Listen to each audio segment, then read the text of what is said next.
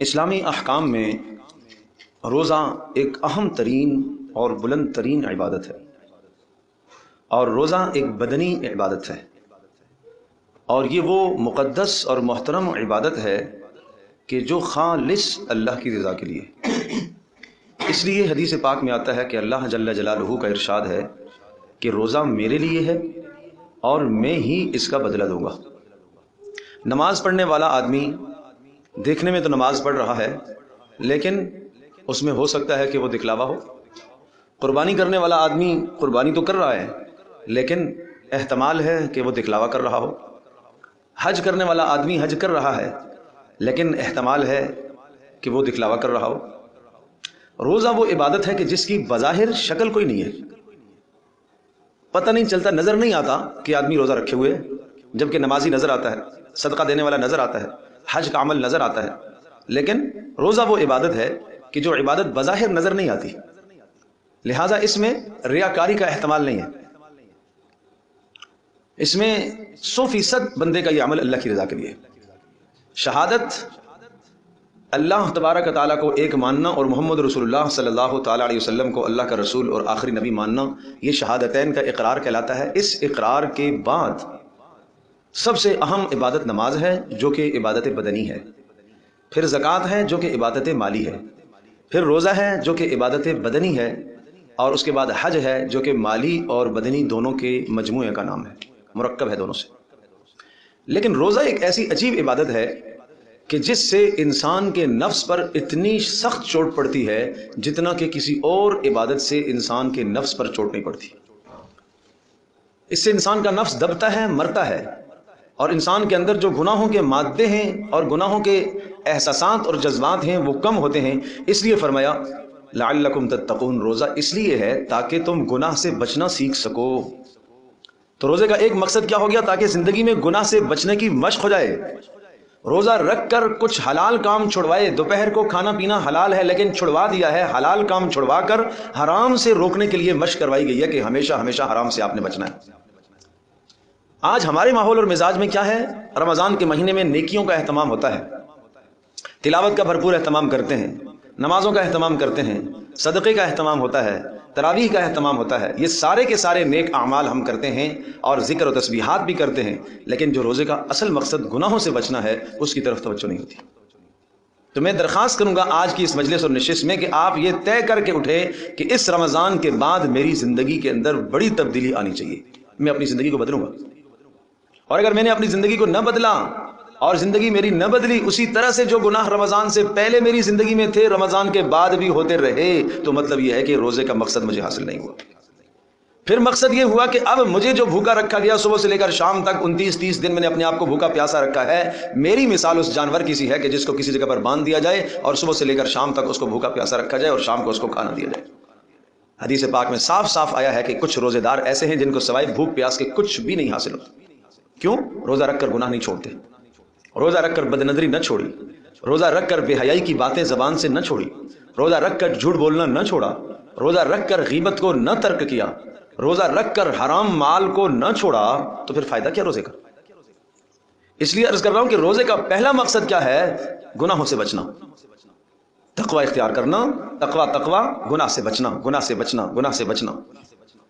اگر ایک آدمی روزہ رکھ کر گناہ سے نہیں بچ رہا تو اس کی مثال آپ اس طرح سے سمجھ لیں کہ ایک آدمی نے اپنے گھر کے اندر ایئر کنڈیشن لگایا ہے کمرہ ٹھنڈا کرنے کے لیے، لیکن کھڑکیاں اور دروازے سارے کے سارے اس نے کھول دیے، تو کیا فائدہ؟ کچھ فائدہ اس کو نہیں حاصل ہوگا۔ یا سردی کے اندر اپنے گھر کا کمرہ گرم کرنے کے لیے ہیٹر لگاتا ہے، دروازے سارے کے سارے کھلے چھوڑ دیتا ہے، کوئی فائدہ اس کا نہیں ہے۔ اسی طرح سے اگر روزہ رکھ کر گناہوں سے نہیں بچتا، نافرمانیوں سے نہیں بچتا، آنکھوں سے گناہ جا رہے، کانوں سے گناہ ہو رہے، زبان سے گناہ ہو رہے، ہاتھ سے گناہ ہو رہے، پیٹ میں حرام مال جا رہا ہے، ہر طرح کی بدکاری اور بے حیائی جو پہلے کرتا تھا وہ رمضان کے بعد، رمضان کے دوران بھی کر رہا ہے، تو اس کو روزے کا فائدہ نہیں ہے، روزے کا مقصد حاصل نہیں ہوگا۔ تو اس لیے آج ہم نے یہ طے کرنا ہے کہ انشاءاللہ ثم انشاءاللہ ہم نے رمضان میں اپنی زندگیوں کو بدلنا ہے، بھائی ہم نے گناہوں کو چھوڑنا ہے۔ اور آج میں درخواست کروں گا کہ اپنے پاس ایک کاپی لیں، کاغذ لیں، لکھیں کیا کیا گناہ ہیں اس وقت میرے پاس، کون کون سے گناہ ہیں جن گناہوں میں بہت زیادہ ملوث ہوں، یہ ایک ایک کر کے میں روزانہ احتساب کروں گا کہ یہ چھوٹا کہ نہیں چھوٹا، یہ چھوٹا کہ نہیں چھوٹا۔ اگر یہ گناہ چھوٹ رہے 4 روزے گزر گئے، 5 روزے، 10 روزے گزر گئے، اگر یہ گناہ چھوٹ گئے تو اس کا مطلب یہ ہے کہ روزے کا مقصد مجھے حاصل ہو رہا ہے۔ یہ نسخہ، یہ دوا ہے اللہ کی طرف سے بتائی ہوئی، یہ دوا کارگر ہو رہی ہے، ثابت ہو رہی ہے، ٹھیک لگ رہی ہے۔ اور اگر گناہ اسی طرح سے ہے، ابھی تک کوئی گناہ نہیں چھوٹا، تو یہ نسخہ نہیں استعمال کیا آپ نے، صحیح بد پرہیزی کر رہے ہو۔ تو ایک روزے کا مقصد ہے گناہوں کا چھوڑنا۔ اس لیے سورۃ البقرہ میں جہاں اللہ نے روزے کی فرضیت کو ذکر فرمایا، وہاں یہ مضمون اور یہ مفہوم ذکر فرمایا لعلکم تتقون، تاکہ تمہاری زندگیوں میں گناہ سے بچنے کا مادہ اور جذبہ پیدا ہو جائے۔ دوسرا مقصد فرمایا لعلکم تشکرون، تاکہ تمہارے مزاجوں میں شکر گزاری پیدا ہو۔ شکر گزاری کس کو کہتے ہیں؟ اے اللہ تیرا شکر ہے، یہی شکر نہیں ہوتا۔ اے اللہ تیرا شکر ہے، صرف یہی شکر نہیں ہے، یہ شکر کی ایک قسم ہے بھائی، یہ شکر کی ایک قسم ہے۔ شکر گزاری یہ ہے کہ انسان کو اللہ نے جو جو نعمتیں دی ہیں وہ نعمتیں اسی مقصد میں استعمال ہو جائیں، یہ شکر گزاری ہے بھائی۔ آنکھ جس مقصد کے لیے دی تھی وہاں استعمال ہو، یہ روزے کا مقصد ہے، شکر گزاری ہے۔ زبان جس مقصد کے لیے دی تھی وہاں استعمال ہو، یہ شکر گزاری ہے، یہ شکر گزاری ہے۔ کان جس مقصد کے لیے دیا تھا وہاں استعمال ہو، یہ شکر گزاری ہے۔ مال جس مقصد کے لیے دیا تھا وہاں ہی صرف ہو رہا ہے، تو یہ شکر گزاری ہے۔ جسم اللہ نے جس مقصد کے لیے دیا تھا وہاں استعمال ہو رہا ہے، تو یہ شکر گزاری ہے۔ روزے کا مقصد شکر کو پیدا کرنا ہے، یہ دوسرا مقصد سمجھایا۔ تیسرا مقصد سمجھایا لعلہم یرشدون، تاکہ رشد پیدا ہو جائے۔ ایمان اور ہدایت کا بلند ترین درجہ رشد۔ رشد کس کو کہتے ہیں؟ رشد اس کو کہتے ہیں حبب الیکم الایمان، ایمان تمہیں اپنے دل میں محبوب ہو جائے۔ کتنا محبوب ہو جائے؟ اپنی ذات سے، اپنی جان سے، اپنے ماں باپ سے، اپنی اولادوں سے سب سے زیادہ تمہارے نزدیک ایمان محبوب ہو۔ وَزَيَّنَهُ فِي قُلُوبِكُمْ، اور اسلام تمہارے جسم میں سجا ہوا ہو، سر سے لے کر پیر تک پتہ چلے یہ مسلمان آدمی جا رہا ہے، یہ لباس سے معلوم ہو رہا ہے کہ یہ مسلمان ہے، یہ وضع قطع سے پتہ چل رہا ہے کہ یہ مسلمان ہے، یہ گفتگو سے پتہ چل رہا ہے مسلمان ہے، یہ لب و لہجے سے پتہ چل رہا ہے مسلمان ہے۔ اسلام کا تشخص سجا ہوا ہے اس پر۔ کسی ملک کی فوج کا آدمی، وہ جو وردی پہنے گا وہ نشانی ہے کہ یہ فلاں ملک کا فوجی ہے، لیکن اگر وہ بڑا عہدہ، بڑا منصب، کوئی جنرل اور کرنل ہو کر اگر کسی دوسرے ملک کی وردی پہن کر آئے گا تو اس کو غدار سمجھا جائے گا، اس کو غدار سمجھا جائے گا۔ تو ایک مسلمان کو رسول اللہ صلی اللہ تعالی علیہ وسلم نے ایک وردی دی ہے، ایک تشخص دیا ہے، اگر اس تشخص کو بھول جاتا ہے، اس لباس کو، اس لہجے کو، اس شکل کو وہ اختیار نہیں کرتا، تو کیا کہا جائے گا؟ پیارے پیغمبر صلی اللہ تعالی علیہ وسلم کے ساتھ تو دھوکہ کر رہی ہے۔ جب وہ حکومت اس کو برداشت نہیں کر رہی ہے تو اسلام میں یہ کیسے برداشت ہوگا؟ جو کہتا ہے میں مسلمان ہوں لیکن اس کا طور طریقہ غیروں کی طرح ہے، اس کی رسم و رواج غیروں کی طرح ہے، اس کی زندگی کے سارے اعمال غیروں کی طرح ہیں، نافرمانوں کی طرح ہیں، کافروں کی طرح ہیں، تو پھر یہ اپنے اسلام کے دعوے میں کیسا سچا ہے؟ اس لیے رشد ہے، یہ ہدایت کے اوپر کا درجہ ہے، رشد کہ اسلام سجا ہوا۔ اور نمبر 3 وَكَرَّهَ إِلَيْكُمُ الْكُفْرَ، کفر اتنا ناپسند ہو، جیسے غلاظت اور گندگی اور جیسے آگ کا الاؤ روشن ہو اس میں جانا انسان کو ناپسند ہو، اس طرح سے گناہ اور کفر کی طرف جانا انسان کو ناپسند ہو۔ ظلم اور زیادتی آدمی کے نزدیک اتنی گندی ہو جائے، اتنی نفرت ہو جائے ظلم سے، اتنی نفرت ہو جائے ظلم سے کہ جس طرح سے انسان آگ کی طرف جانا، اس میں چھلانگ لگانا ناپسند کرتا ہے، اس طرح سے ظلم، زیادتی اور کفر میں چھلانگ لگانا ناپسند کرتا ہو۔ یہ ہے رشد، روزے کا یہ مقصد ہے، تاکہ تمہیں یہ پاور اور یہ طاقت حاصل ہو جائے، یہ طاقت حاصل ہو جائے۔ اللہ اکبر۔ تو یہ 3 بڑے مقاصد ذکر فرمائے تاکہ تم گناہوں سے بچ جاؤ، تاکہ تمہارے اندر شکر پیدا ہو جائے، اور تاکہ تمہارے اندر رشد اور ہدایت پیدا ہو جائے۔ اور جہاں روزے کا مضمون ختم ہو رہا ہے پھر دوبارہ سے اس مقصد کو ذکر فرمایا، پہلے والے کو، تاکہ گناہ سے بچنے کی صلاحیت پیدا ہو جائے۔ بڑی عجیب آیات ہیں۔ تو اس لیے میرے عزیز دوستوں، بزرگوں اور ماں اور بہنوں، ہمیں رمضان المبارک کا مہینہ ہمارے سروں پر آ گیا ہے۔ ہمیں عزم کرنا ہوگا کہ ہم نے اس سال رمضان کو اس طرح سے گزارنے کی کوشش کرنا ہے جس طرح سے رمضان کے گزارنے کا حق ہے۔ ان پابندیوں کے ساتھ ہم رمضان گزاریں گے انشاءاللہ۔ ایک تو دن کا روزہ، اور پھر نمبر 2 رات کی تراویح۔ تراویح کو ہلکا نہ سمجھو، تراویح کو ہلکا نہ سمجھو، تراویح کو ہلکا نہ سمجھو۔ کوئی شک نہیں، کوئی شک نہیں فرض نہیں ہے، کوئی شک نہیں واجب نہیں ہے، لیکن پیارے پیغمبر صلی اللہ تعالی علیہ وسلم نے ایک عمل کیا، مجھ سے، آپ سے، ہم سب سے زیادہ مصروف ترین زندگی رسول اللہ صلی اللہ علیہ وسلم کی تھی۔ اگر اس سے بہتر عمل ہوتا تو آپ کہتے جتنی دیر میں یہ تراویح پڑھوں گا، 20 رکعتیں ادا کروں گا، اتنی دیر میں 50 لوگوں کو اسلام کی دعوت دے سکتا ہوں، اور کیوں نہ جا کے کروں، یہ تو نفل ہے۔ لیکن نہیں، عمل سے یہ بات سمجھائی ہے، یہ امتحان ہے میرا اور آپ کا. کچھ اعمال جو لازمی کر دیے جاتے ہیں اور کچھ اعمال میں وہ لزوم نہیں ہوتا. یہ امتحان ہوتا ہے آپ کا اور میرا کہ دیکھو کون کرتا ہے اس کی پابندی، کون کرتا ہے اس کی پابندی. یہ امتحان ہے، یہ امتحان ہے. آپ اپنے ملازم کو کام دیتے ہیں، یہ صبح سے لے کر شام تک یہ کام یہ تمہاری ذمہ داری ہے. کچھ کام اور آپ نے سامنے بکھیر کے رکھ دیے، آپ آزمانا چاہتے ہیں، دیکھتے ہیں ملازم یہ کام کرتا ہے کہ نہیں کرتا. اگر وہ آزمائش کو سمجھ گیا اور اس نے وہ کام انجام دے دیے جو اس کی ڈیوٹی میں نہیں تھے، تو آپ کی نظروں میں وہ جج جائے گا نا، آپ کی نظروں میں اچھا ہو جائے گا، آپ کا مقرب بن جائے گا. 8 گھنٹے کے بجائے 9واں گھنٹہ لگا کر اس نے وہ کام بھی سارے نمٹا دیے. کام صرف یہی کرنا تھا، آخر میں جاتے جاتے اس نے جھاڑو بھی لگا دیا، صفائی بھی کر دی، سب شے سلیقے سے رکھ لی. یہ اضافی کام اس کے ذمہ نہیں تھے، لیکن آپ اب اس کی ہر شے کا خیال رکھیں گے. یار اچھا آدمی ہے یہ، اچھا آدمی ہے. یہ امتحان تھا اس کا. اور دوسرا ملازم جہاں اس نے کام کیا وہاں ہی اوزار و تمام سامان پڑا ہوا بکھرا ہوا، اسی طرح سے وہ کہے گا یہ میری ذمہ داری نہیں ہے. آپ بھی اس پر زور نہیں لگائیں گے ہاں یار یہ ذمہ داری تو اس کی نہیں ہے. تو آپ دیکھو تو صحیح نا کہ جو میرے ذمہ نہیں لگایا گیا لیکن اللہ کے نبی نے کر کے دکھایا ہے، تو اس کا مطلب یہ ہے کہ یہ کرنا ہے، یہ کرنا ہے. اس کی کوئی اہمیت ہے تو جبھی تو کیا ہے، اور یہ کرنا ہے، عمل میں لانا ہے اس کو. پھر اس نماز تراویح سے سمجھ لیجئے گا، جس طرح سے روزہ آدمی ادا کرتا ہے، روزہ رکھنے سے صفائی ہوتی ہے اور نماز تراویح سے نور حاصل ہوتا ہے. روزے سے میل کچیل اترتی ہے، تراویح سے رنگ چڑھتا ہے. بہت آسان سی مثال، سمپل سی مثال لے لے. دیوار کو ہم نے کھرچائی کر دی رنگ روغن کرنے کے لیے، سارا کا سارا ڈسٹ اور گندگی اس سے ہم نے سب صاف کر دی ہے. یہ ہے روزہ. اوپر رنگ نہ لگایا تو کیا کہا جائے گا؟ یہ کیا کیا آپ نے بھائی، یہ تو پہلے سے بھی خراب کر دیا. تو یہی کہا جائے گا نا کہ یہ جتنی کھرچائی آپ نے کی ہے اوپر رنگ بھی تو لگا دیتے. یہ تراویح، نماز تراویح یہ رنگ لگاتی ہے، یہ ایمان کا نور پیدا کرتی ہے. کیوں چھوڑ رہے ہو اس کو؟ میں پھر وہی کہوں گا، فرض نہیں قرار دیا، امتحان ہے میرا آپ کا. فرض نہیں قرار دیا، امتحان ہے ہمارا اور آپ کا. میں خواتین سے درخواست کروں گا، کوئی 4 پڑھ لیتی ہیں، کوئی 8 پڑھ لیتی ہیں، کوئی 10 پڑھ لیتی ہیں. کیا ظلم ہے بھائی، کیا ظلم ہے. کیوں اپنے ساتھ ظلم کرتی ہو؟ 20 نماز تراویح پوری ادا کرو، 20 رکعتیں پوری ادا کرو. کیوں دلائل نہیں 20 ضرورت نہیں ہے، نئے لوگ تمہیں ملیں گے، نہیں 8 پڑھی تھی 12 بھی ہو سکتی ہیں. حیران ہوں کیوں آپ اس قسم کی باتوں کو سنتی ہیں، کیوں ایسی باتوں کو سنتی ہے؟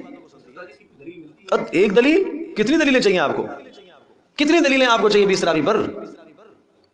مجھے آپ صرف اتنی سی بات بتائیے گا، رسول اللہ صلی اللہ تعالی علیہ وسلم نے 3 دن نماز تراویح ادا فرمائی، 3 دن. اب وہ تعداد کیا تھی اس کی تصریح حدیث میں نہیں آئی، لیکن میں اگلی بات جو کہنے لگا ہوں سنیے گا. جس کام پر تعامل ہوتا ہے، امت چلی آ رہی ہوتی ہے، وہ لکھا ہوا کم ملتا ہے، تعامل ملتا ہے، اس کو کہتے ہیں عمل میں چلا رہا تھا. جب حضرت عمر رضی اللہ تعالی عنہ نے سب کو جمع کر دیا، 20 پر جمع کر دیا، تو اس کا مطلب یہ تھا کہ رسول اللہ نے 20 پڑھی تھی نا. اور آپ نے کیوں فرمایا علیکم بسنتی و سنت الخلفاء الراشدین، میری سنت کو لو اور میرے خلفاء کی راشدین کی سنتوں کو لو. پتہ تھا نا کہ اس طرح سے بعد میں ہوگا معاملہ. اجماع ہوا ہے صحابہ کا، اس پر اجماع ہوا ہے. حضرت عمر بن خطاب رضی اللہ تعالی عنہ نے اجماع فرمایا، وہاں صحابہ کی ایک جلیل قدر تعداد موجود تھی، سب نے اس پر آمین کا. ابی بن کعب رضی اللہ تعالیٰ عنہ کے اقتداء میں 20 پڑھی ہے سب نے، اور اسی طرح سے حضرت عمر نے پڑھوائی ہیں جیسے رسول اللہ نے پڑھی تھی. اس لیے کہ حضرت عمر جانتے ہیں نا رسول اللہ نے کیسی پڑھی تھی. اس پر کسی کو اعتراض تو نہیں، اس میں تو کسی نے نہیں کہا یہ ہونا چاہیے، ایسا ہونا چاہیے، ویسا ہونا چاہیے. ایک روایت ہے حضرت عائشہ رضی اللہ تعالی عنہا سے، لیکن وہ روایت ہی کسی اور. میں عام طور پر میں دلائل میں بحث نہیں کیا کرتا، میرا موضوع اس طرح کا نہیں ہوتا، لیکن آپ نے پوچھ لیا تو اس لیے میں کہہ رہا ہوں. کیف کان رسول اللہ صلی اللہ علیہ وسلم، آپ علیہ الصلوۃ والسلام کی نماز کیسی تھی؟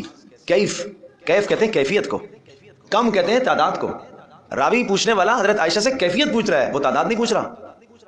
حضرت عائشہ رضی اللہ تعالیٰ عنہ فرماتی ہیں کان رسول اللہ صلی اللہ علیہ وسلم یصلی 4 4 رکعت پڑھتے تھے. لا تسأل عن حسنہن وطولہن، مت پوچھ کتنا لمبا قیام ہوتا تھا، کتنی خوبصورت ہوتی تھی. ثم یصلی 4 پھر 4 پڑھتے تھے. لا تسأل عن حسنہن وطولہن، مت پوچھ کتنا خوبصورت قیام ہوتا تھا اور کتنا طویل قیام تھا اور کتنی خوبصورت ہوتی تھی. اس کے بعد 3 وتر پڑھتے تھے. یہ آپ علیہ السلام کی نماز تہجد ہے بھائی. یہ کیا ہے؟ نماز تہجد ہے. اور اس میں پھر 4 آئی ہیں. رسول اللہ 4 پڑھتے تھے پھر 4 پڑھتے تھے. آج کیوں پھر 2 پڑھتے ہو؟ کیوں رسول اللہ صلی اللہ علیہ وسلم کی سنت کے خلاف کرتے ہو؟ 2 پڑھتے ہیں کیوں؟ حالانکہ یہ روایت تو بتا رہی ہے کہ 4 پڑھی ہیں آپ نے. تو وہ روایت ہے ہی تہجد سے متعلق، اس کا موضوع ہی الگ ہے. اس کو تم یہاں تراویح کے اندر منطبق کرتے ہو، یہ غلط ہے. میں عرض کر رہا ہوں 12 8 کی کوئی دلیل، یہی جو دلیل ہے نا 8 کی، اسی سے استدلال کرتے لوگ کہ آپ علیہ السلام رمضان اور غیر رمضان میں 8 رکعتوں سے زیادہ آپ نے نہیں پڑھا. بھائی نماز تہجد تھی، رمضان اور غیر رمضان میں نماز تہجد آپ کھنگالو نا کتابیں کہ ان احادیث کی کتابوں میں اس حدیث کو کہاں ڈالا گیا ہے؟ تہجد میں ڈالا گیا ہے۔ تو اس لیے نماز تراویح کا اہتمام فرمائیں اور الٹی سیدھی لوگوں کی باتوں کو نہ سنیں۔ یہاں سے آپ کو ایک عرصے سے، اتنے سال سے ایک بات مستند الحمدللہ ملتی ہے، دلیل کے ساتھ ملتی ہے، آپ اس بات پر چلتے رہیں، آپ اتباع کرتے رہیں۔ نمبر 2، عورت کی سب سے خوبصورت نماز وہ ہے جو اس کے گھر کے اندر پڑھی گئی ہے۔ سب سے بہترین نماز، سب سے بہترین نماز، سب سے بہترین نماز گھر کے اندر پڑھو، نہ جاؤ باہر تراویح کے لیے، بھائی گھر کے اندر پڑھو۔ کیا کہا تھا؟ کیا کہا تھا؟ ابو داؤد شریف کی روایت ہے، کہا کہ اللہ کی بندیاں اگر مسجد میں آنے کی اجازت تم سے طلب کرتی ہیں تو فجر اور عشاء میں ان کو آنے دیا کرو۔ اگر تم سے اجازت طلب کرتی ہیں تو آنے دیا کرو، مگر ان کی سب سے اچھی نماز وہ ہے جو گھر کے اندر والے حصے میں ہو۔ لفظ سمجھ میں آ رہے؟ اگر یہ طلب کرتی ہیں، تم سے تقاضا کرتی ہیں تو عشاء اور فجر میں آنے دیا کرو، نہ روکا کرو، لیکن سب سے اچھی نماز ان کی وہ ہے جو اندر ہے۔ تو اللہ کے نبی کی منشا کیا ہوئی؟ گھر کے اندر۔ لیکن اگر آنا چاہیں اور وہ میرے پیچھے پڑھنا چاہیں خوشی سے تو تم روکا نہ کرو، یہ ہے بات۔ پھر حضرت عائشہ رضی اللہ تعالیٰ عنہا نے فرمایا تھا کہ اگر رسول اللہ اب زندہ ہوتے تو آپ علیہ السلام عورتوں کو مسجد میں جانے سے منع کر دیتے۔ جی اس زمانے کی بات ہے۔ تو ابھی کیا ہے پھر؟ اس وقت کے حالات کیا ہیں؟ اس وقت کے حالات کیا ہیں؟ وہ ہمارے ایک دوست جاننے والے بتانے لگے، ایک مسجد میں ایک دن جمعہ کا دن تھا، اور کمیٹی والوں کو سوچی کہ بھئی ہاں عورتوں کو بھی جمعہ پڑھنا چاہیے۔ ایک آ گئی خاتون نیم برہنہ لباس میں، سمجھے بھائی، نکلنے کا راستہ بھی ایک تھا۔ تو الامان والحفیظ، اللہ حفاظت کرے، اس کی ویڈیوز بنی ہیں، ویڈیوز اسی مسجد سے نکلنے والے نمازیوں نے۔ یہ فتنہ نہیں ہے؟ کیوں جاتی ہے؟ یہ ثواب کمانے جاتی ہے، کیوں جاتی ہے؟ اس لیے گھر کے اندر عورت نماز پڑھے، گھر کے اندر پڑھے۔ گھر کے اندر حافظ ہے، اپنا حافظ ہے یا آپ نے انتظام کیا، ٹھیک ہے، اس کے پیچھے پڑھ لو، اس کے پیچھے پڑھ لو۔ زیادہ سے زیادہ یہ کچھ بات نکل آئے گی، نیچے ہے تو اوپر چلی گئی، اوپر ہے تو نیچے آ گئی، ٹھیک ہے؟ تو اس طرح سے نماز کا اہتمام ہو۔ یہ باہر جانا، مساجد میں جانا، اس طرح سے نہیں ہے بھائی۔ رسول اللہ صلی اللہ علیہ وسلم کی منشا یہ نہیں ہے، یہ نہیں ہے منشا۔ حضرت عمر رضی اللہ تعالی عنہ نے اسی طرح سے اپنی زوجہ، ان کا بھی اسی طرح سے مسجد میں جاری تھی، ایک مرتبہ حضرت عمر رضی اللہ تعالی نے روکا اور انہوں نے کہا میں جاؤں گی۔ پھر اگلے دن کوئی ایسی بات پیش آئی، کہا کیوں نہیں جاتی ہو؟ کہا نہیں بس اب وہ زمانہ نہیں رہا کہ مسجد میں جا کے نماز پڑھ جائے، سمجھے بھائی، اب وہ زمانہ نہیں رہا۔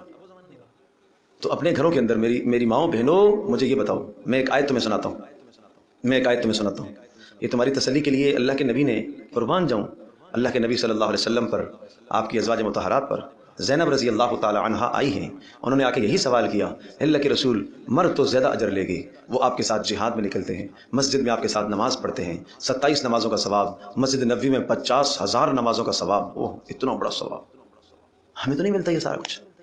وہ مال خرچ کرتے ہیں، وہ جہاد کرتے ہیں، وہ آپ کے ساتھ جماعت پڑھتے ہیں، نماز پڑھتے ہیں، ٹھیک ہے؟ اس پر یہ آیت نازل ہوئی سورۃ النساء کی، وَلَا تَتَمَنَّوْا مَا فَضَّلَ اللَّهُ بِهِ بَعْضَكُمْ عَلَى بَعْضٍ، اللہ نے بعض کو بعض پر فضیلت دی ہے، اس کی تمنا نہ کرو۔ لِلرِّجَالِ نَصِيبٌ مِّمَّا اكْتَسَبُوا وَلِلنِّسَاءِ نَصِيبٌ مِّمَّا اكْتَسَبْنَ، مرد جو کم کا کام کریں گے ان کا انہیں پورا اجر ملے گا، عورتیں جو اعمال کریں گی انہیں پورا اجر ملے گا۔ اصل مطلب اصل کیا چیز ہے؟ دین کی اتباع ہے، خواہشات نہیں ہے۔ میرا جی چاہتا ہے میں جا کے مسجد میں پڑھ لوں، بھائی چاہتا تیرا جی چاہتا ہے نا، اتباع کیا ہے؟ اللہ کے رسول کی منشا کیا ہے، اس کو پورا کرنا، خواہش کو کیوں پورا کرتی ہے؟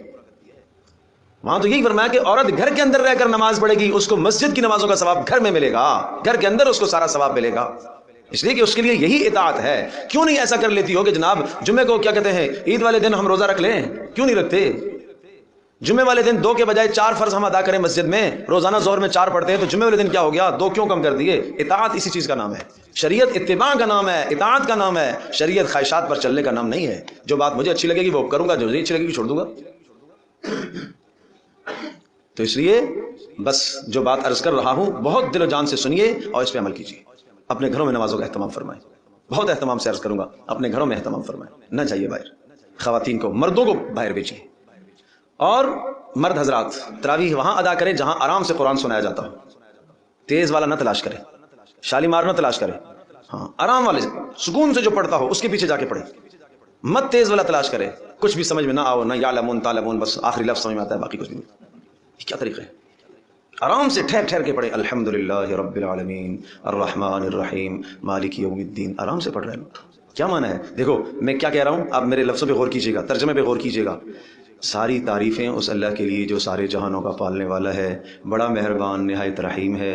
اے اللہ قیامت کے دن کا مالک ہے۔ اے اللہ تیری ہی عبادت کرتے ہیں، تجھ ہی سے مدد مانگتے ہیں۔ اے اللہ ہمیں سیدھے راستے پر چلا، ان لوگوں کا راستہ جن پر تو نے انعام فرمایا ہے، ان لوگوں کا راستہ نہیں جن پر تو غصہ ہوا ہے یا گمراہ ہوئے ہیں۔ آمین۔ اے اللہ قبول فرما۔ ایک یہ طریقہ ہے، ایک یہ طریقہ ہے۔ ساری تعریفیں اللہ کے لیے جو سارے جہانوں کا پالنے والا ہے، بڑا مہربان نہایت رحیم کرنے والا ہے، تیری عبادت کرتے ہیں، تجھ سے مدد مانگتے ہیں۔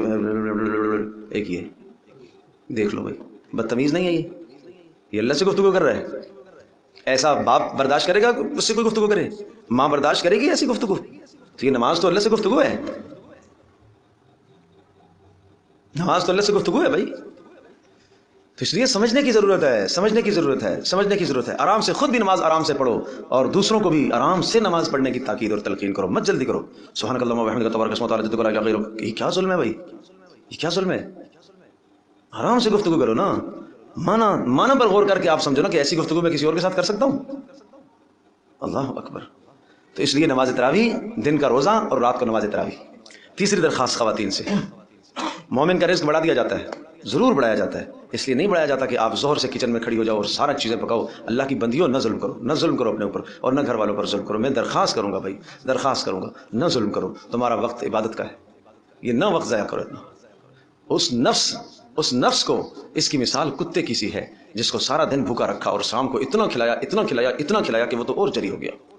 ہمارے روزے رکھ کر ہماری زندگی میں انقلاب کیوں نہیں آتا؟ ہماری زندگی کیوں نہیں بدلتی؟ اس لیے کہ روزے کے مقاصد سے ہم لا علم ہے۔ روزے کا مقصد نفس کو کچلنا، بھوکا رکھنا ہے بھائی۔ تو بھوکا جب ہوگا کہ جب تھوڑا کھایا جائے گا۔ رسول اللہ صلی اللہ علیہ وسلم کے زمانے میں تو یہ چیزیں نہیں بنتی تھی۔ کس پر گزارا ہوتا تھا؟ کھجور، پانی، بس کھجور پانی، کوئی کھانے کی شے مل گئی تو کھا لی، بس یہ تھا۔ نفس کو بھوکا رکھنا ہے نا، مقصود ہے بھوکا رکھنا۔ اب کھا کھا کھا کے اتنا کھایا کہ حلق تک لے آیا، اب تراویح کیسے پڑے گا وہ؟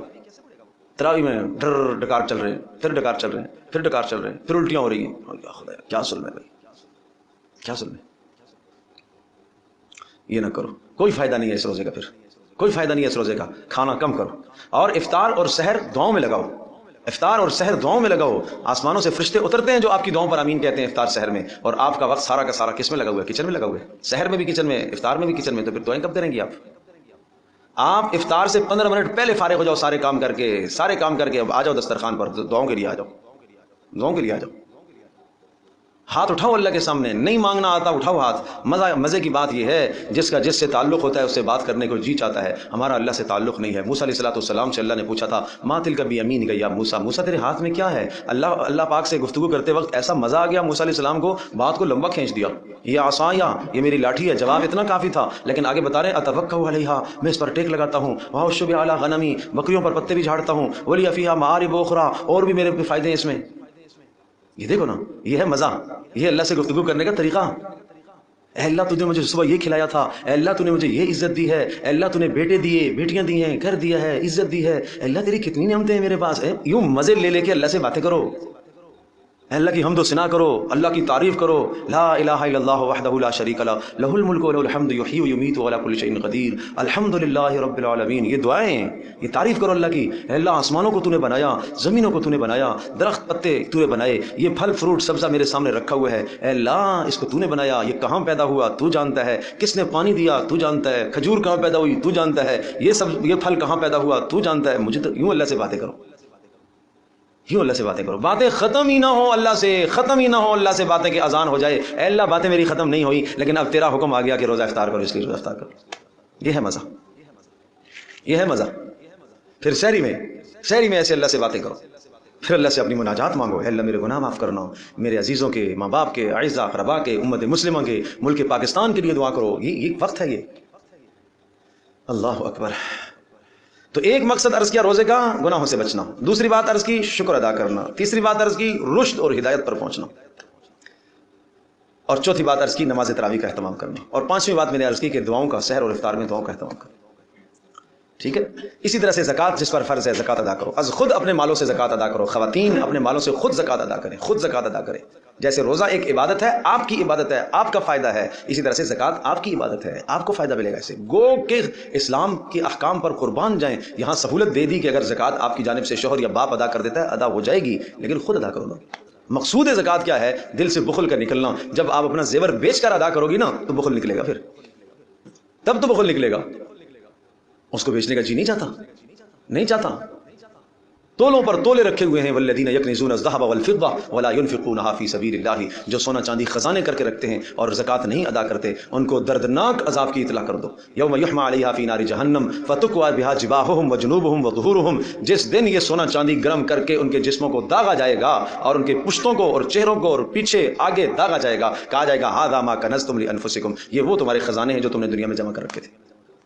اس لیے خود زکوٰۃ ادا کرو، صدقہ کرو، نیکیاں بڑھ جاتی ہیں. ایک نیکی فرض 70 فرضوں پر پہنچ گیا اور ایک نفل فرضوں کے برابر میں آ گیا. کتنا بڑا اجر ہے. کماؤ نیکیاں، فضولیات چھوڑ دو. یہ موبائلوں کے سلسلے ختم کر دو. پورے رمضان میں طے کرو کوئی یوٹیوب دیکھنے کی ضرورت نہیں ہے، کوئی فیس بک دیکھنے کی ضرورت نہیں ہے، کوئی فلان لغویات. جس آدمی کا کوئی کاروباری لنک ہو تو سمجھ میں آتا ہے، وہ کاروباری چیزوں کو دیکھتا ہے. ارے ماں بہن تیرا کیا کام ہے ان چیزوں میں؟ ہر پوسٹ تمہیں شیئر کرنی ہے الٹی سیدھی. کچھ شیئر نہ کرو. رمضان اپنے آپ کو بنا لو خدا کے واسطے، یہ بڑا کام ہے. رمضان میں اپنے آپ کو سنوار لو، اپنے آپ کو بنا لو، اپنے آپ کو بنا لو، بس یہی کافی ہے آپ کے لیے. کھولتی دیکھتی ہیں، دیکھتے دیکھتے دیکھتے گھنٹوں کے گھنٹے، گھنٹے کے گھنٹے روزہ گزار رہے ہیں جی، روزہ گزار رہے ہیں. یہ کیا ظلم ہے، زیادتی ہے. اپنے بچوں کو بھی اس چیز سے بچاؤ، بری عادات سے ان بچوں کو بھی بچاؤ، سمجھاؤ نہ اپنے ایمان کو خراب کرو. وہاں پھر کیا کیا بے حیائیاں سامنے آ جاتی ہیں. ظاہر سی بات ہے کہ ان میں آپ کا ایمان ضائع ہوگا. کوئی شک نہیں شیطان بند ہے، کوئی شک نہیں شیطان جھگڑا ہوا ہے، لیکن نفس تو ساتھ ہے نا. پھر بھی اس نفس پر جو 11 مہینے شیطان نے محنت کی، اس محنت کے اثرات تو رہیں گے. اس لیے شیطان بند کروا دیا، شیطان بند کروا دیا. بھائی آپ نے ٹینکی صاف کرنی ہے تو پیچھے سے پانی بند کرو گے تو ٹینکی صاف ہوگی نا بھائی. نہیں سمجھے؟ پیچھے سے پانی آپ بند کر دو، اب اس کے بعد صفائی کرو گے تو صفائی ہوگی. شیطان بند کروا دیا. اب اندر سے گند نکالو تو گند نکلے گا، لیکن گند نکالنا ہی کوئی نہ چاہے تو پھر، غلاظت نکالنا ہی نہ چاہے تو پھر، جو شیطان نے 11 مہینے غلاظت بھری ہے اس کو نکالنے کا حکم ہے کہ وہ بند ہو گیا ہے. سپلائی کا راستہ بند ہے، گناہوں کی سپلائی کا راستہ بند ہے. اب اندر جو ہے اس کو نکالو، اس گندگی کو نکالو، لیکن اس کو نکالنے کے لیے تیار نہ ہو تو پھر صاف تو کرنا ہے نا اپنے آپ کو. تو اس لیے بڑی محنت کی ضرورت ہے رمضان میں. اور جوانوں کو بھیجو اعتکافوں میں، پھر رمضان کے آخری عشر میں اعتکاف کرو. ہر گھر میں 1-2 خواتین اعتکاف بیٹھیں. اگر اس سے زیادہ کوئی اچھا عمل ہوتا تو رسول اللہ صلی اللہ علیہ وسلم کرتے. آپ کی زندگی میں، مدینہ منورہ کی زندگی میں 9 رمضان آئے، ہر رمضان میں آپ نے اعتکاف کیا. 1 سال چھوٹ گیا تھا سفر کی وجہ سے، اگلے سال آپ نے ڈبل اعتکاف کیا، 20 دنوں کا کیا. اگلے سال آپ نے ڈبل اعتکاف فرمایا، 20 دنوں کا کیا. تو سوچو نا، اس سے کوئی بڑا عمل ہے؟ عورتیں بھی اعتکاف میں بیٹھیں، مرد بھی اعتکاف میں بیٹھیں، جوان بھی بیٹھیں. جوانوں کو بھیجو مساجد کی طرف، ان کا رخ کرو، زندگی بدلے گی ان کی انشاءاللہ. 10 دنوں میں بہت کچھ سیکھتے ہیں. ہمارے پاس جوان آتے ہیں، بہت کچھ سیکھتے ہیں الحمدللہ. دن رات ہمارے ہاں کوشش اور محنت ہوتی ہے. تو اس لیے اعتکاف کا بھی اہتمام کرو، زکوٰۃ کی ادائیگی کا بھی اہتمام کرو. آگے فطر آئے گا، اس کی ادائیگی کا اہتمام کرو. اپنے مال سے از خود نکالو. بھلے تم کہو کہ باپ نکال لے گا، نہیں، آپ کو میں خود اپنے مال سے، خوشی سے میں خود اپنے مال سے نکالوں گی زکوٰۃ، میں خود اپنے مال سے فطرہ ادا کروں گی. آپ کے پاس اگر ہے تو خود ادا کرو. اس طرح سے رمضان گزارو تو پھر دیکھو نا کیسے زندگی بدلتی ہے. انشاءاللہ کوشش کریں گے سارے، انشاءاللہ سب کوشش فرمائیں گے. ماں بہنوں سے بھی میری درخواست ہے، اس پر کوشش کریں. الحمدللہ رب العالمین والصلاۃ والسلام علی سید الانبیاء والمرسلین وعلی آلہ وصحبہ اجمعین. اللهم انا نسألك الهدى والتقى والعفاف والغنى. اللهم استر عوراتنا وآمن روعاتنا. اللهم حبب لنا الایمان وزینه فی قلوبنا. اللهم کرر لنا الکفر والفسوق والعصیان. اللهم اجعلنا من الراشدین. اے اللہ ہماری اس نشست کو قبول فرما، ہمارے گناہوں کو معاف فرما. اے اللہ ہم سب کا خاتمہ ایمان پر فرما. اے اللہ عافیت اور کرم والی زندگی ہمیں عطا فرما. اے اللہ رمضان کا حق ادا کرنے کی توفیق نصیب فرما. اے اللہ تو ہم سب سے راضی ہو جا. اے اللہ تو ہم سب سے راضی ہو جا. اے اللہ بزرگوں کا آنا، ماں بہنوں کا آنا اپنی بارگاہ میں قبول فرما. وصلی اللہ تعالی علی خیر خلق محمد.